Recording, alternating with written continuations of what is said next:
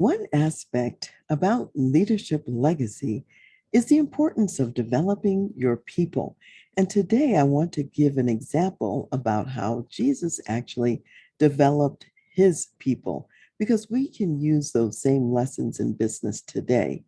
First of all, he had a small subset of men that he chose and that he trained. These were his 12 disciples. And he had an even smaller subset, a little group of three that he also developed even further. They went with him to even more private places and to the place where he was on the Mount of Transfiguration and had an encounter there. And they got to see his glory where the others didn't get a chance to see that. So he had his inner group and he also had the 12.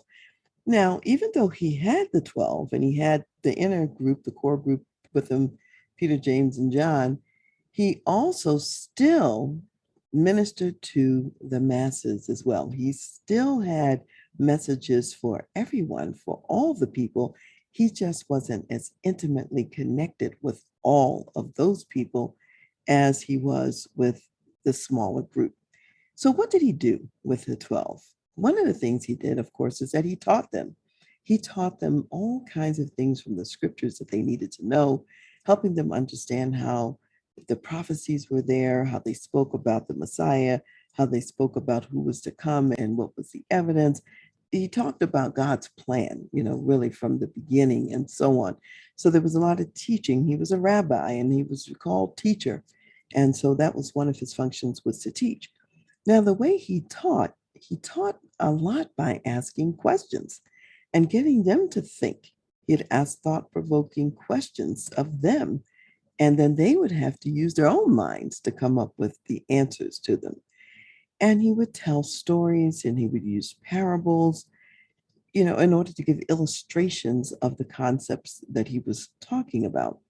And even I think about the work that I do now with my clients, I'm often using metaphors or analogies or pictures with my clients as I'm talking to them. And it's whatever might even come to mind in the moment that exactly dovetails with the issue they're dealing with or what they're talking about that day. And Jesus was very masterful at actually doing that in the moment. He would think of the perfect parable, the perfect story, even in some difficult situations. I'm thinking of the time when the scribes and Pharisees had asked him whether or not he thought it was lawful to pay taxes to Caesar. That was a tough question. It was a trick question. And he gave them sort of a picture and an illustration to think about, because they were waiting. They said, if he says, no, you shouldn't pay taxes to Caesar, well, then, of course, he's going against the government and they could turn him in for that. And Caesar wouldn't be happy. But if he said, you should pay taxes to Caesar, then most of the common people would be upset because they weren't happy that they were under Roman rule anyway. And that was already a problem. So he asked them to bring him a coin. They brought a coin. He said, whose likeness is on here? Whose picture is on this coin? And they said, Caesar. And he told them, therefore, render to Caesar what belongs to Caesar, and to God what belongs to God. What a masterful answer that was. And so in this case, they asked him a question and he asked them a question right back, And of course, they didn't answer because it was going to be challenging whichever way they answered. So he provided his own answer in that case to the question. So through this methodology of questions and stories and examples and parables and object lessons, he taught them. He also modeled what to do. So frequently, when he was out healing the sick or casting demons out of people, he was showing his disciples his whole process about, how does he live his life? How does all of this happen? And as they had a chance to observe and watch, then he would send them out for them to go do some ministry and to do some work when he wasn't present. And then they would come back, they would report on their experiences, they would raise questions and so on and ask him to weigh in on things that they didn't understand. So, for in one case, a man had a child who was possessed by a demon, and the disciples couldn't cast that demon out. So, the man brought the child to Jesus and said, well, I brought my son to you, but your disciples couldn't cast out the demon. And so Jesus, of course, effortlessly cast out the demon. And the disciples were wondering, well, how come we couldn't do that? And he was telling them, this kind comes out only by prayer and fasting. So there were all kinds of levels of teaching and training that were necessary that he was sharing with them. He also spent time with them, a lot of time. He ate with them, he prayed with them. They did life together. And that's an important part of when you're a leader, you're not just totally separate and apart, if you will. The shepherd is right there with the sheep because you've got to engender the trust of the sheep. You've got to see where they're going. You've got to help to lead them, and you've got to heal them from things that they get caught up in.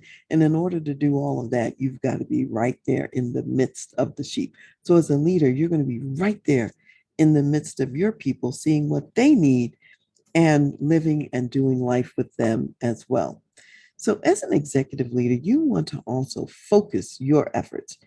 You may be an executive over thousands and thousands of people in your organization, and you won't have the opportunity to have the intimate knowledge of each one of those thousands and thousands of people who may be globally dispersed.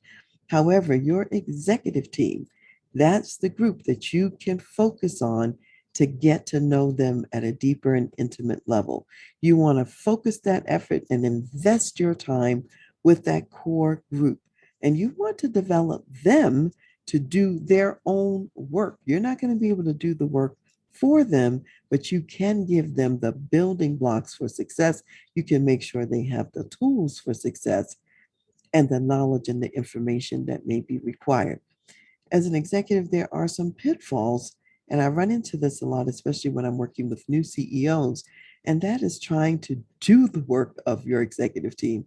And especially if you are a person who's come up through the ranks and you used to do those jobs before in the past and you have expertise. You have to remember your job is to develop them as leaders, not to do the hands on work. You are a leader of leaders, a developer of people who are leaders of leaders.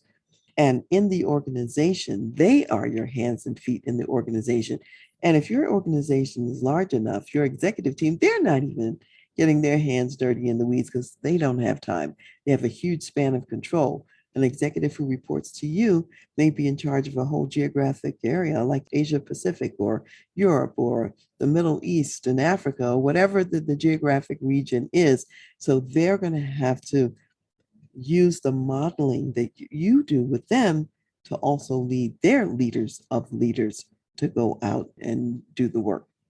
So, as a coach, and I'm often telling my clients this as well, the coach does not get out on the playing field to play. The coach is there to coach the player, and the player is the one who actually gets on the field to do the job. That takes great discipline to be on the sidelines as a coach. Though you're not playing the game, the way you're resourcing the players is essential and it's critical and it's not optional. And you compromise that role if you try to get out there on the basketball court yourself. And of course, you'll be penalized and the team is not going to be successful because you are not supposed to be on the court. So just remember those rules are in place for a reason in sports and they also apply to executive leadership as well. So I want to remind you that I am conducting interviews still with Christian executive leaders. So if you are a Christian executive, in a mid to large size company and you work in a secular environment, not a Christian ministry necessarily, you're working in a place where it's not Christian by nature, and yet you are on a mission, a marketplace ministry for God, I would like to interview you about your leadership experiences, your challenges, aspirations, and so on. These interviews take about 30 minutes. So if you would like to participate, please send me an email at Dr.Karen, Dr. period, Karen, at transleadership.com. And today I'd like to end our segment with a reading from John, the 14th chapter, verses 12 through 13, because a lot of times we don't realize this. As leaders, we are preparing those who are under our leadership, we're preparing them to do more and to do greater things than we could do by ourselves and than we could do alone.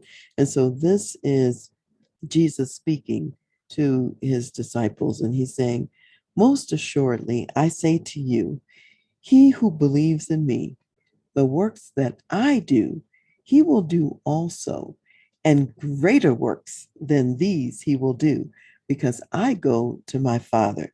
And whatever you ask in my name, that I will do, that the Father may be glorified in the Son. If you ask anything in my name, I will do it.